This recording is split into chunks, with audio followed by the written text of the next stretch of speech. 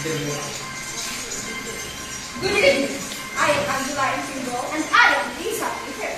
And this is the 30 Minutes News Night Report. We have breaking news for you tonight with 3 major stories. Fires are raging across the barangay of Calvin and Stuart City just this morning around 7 a.m. Forcing evacuation of the story. Our reporter, Jay Bagel, is live on the scene, bringing the latest update. Jay, can you tell us more about the situation? Good evening, Ms. Anila. A tragic fire broke out here in the city of Juarez and Calvin Street. The fire started around 12 midnight. We're speaking with one of the victims, Mang Arwen. Can you share with us when or what happened and what might have caused the fire?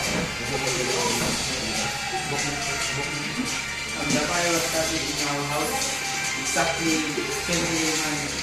That was overtime time of my time.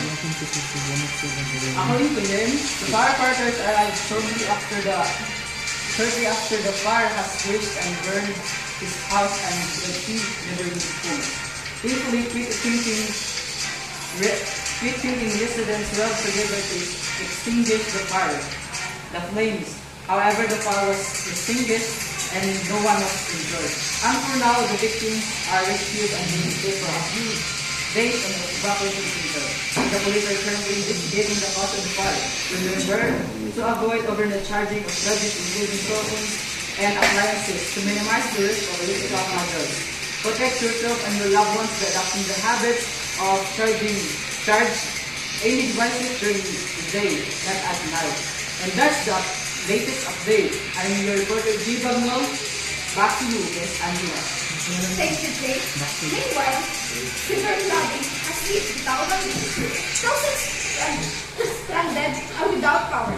Berlin Goring is on the ground, assessing the damage and speaking with affected residents. Berlin, how is the condition of the residents in the Taoban?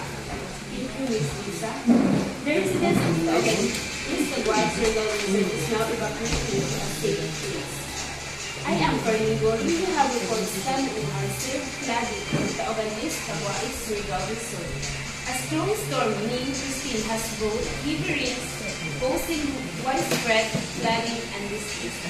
According to officials, the province of Taoban East, Taguais, Surigao del Sur are worst hit with waters rising to 5 meters in just an hour at 7 p.m. in the evening.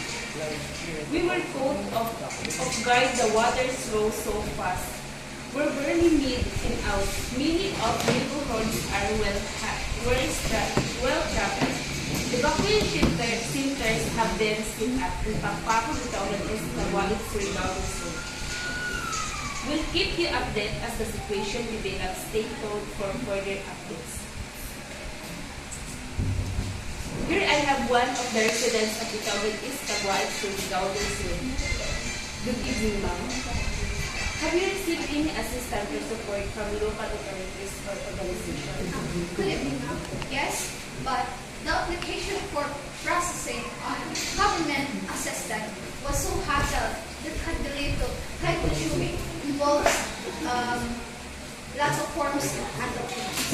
Thank you, ma'am. That's all. I'm reporter Frelin Ogori. Back to you, Angela. Thank you, Berlin. Meanwhile, a female student is said to be missing on the way home from school. Several residents witnessed and said that a female student named Angela was kidnapped. The police are now responding to find and investigate the person who allegedly took the girl. Lovely Regina is here for additional news report. Lovely, did the police find any information to find the said girl? Yes, Miss Angela. I am here at the Taoban Secondary School, where the most terrifying moment happened here at exactly 10 a.m. And now, authorities have urged anyone in the vicinity to stay away from the area as they work to resolve the situation safely. We will continue to update you as more information becomes available. That's it. I am Lovely Shantantina. Then back to you, Miss Angela. Thank you, Lovely, for Thank you, Lovely, for your live report. That's all for tonight's special report. We'll continue to follow these developing stories and bring you updates as more information becomes available. neighborhoods are with this affected by the wildfires, floodings, and kidnappings.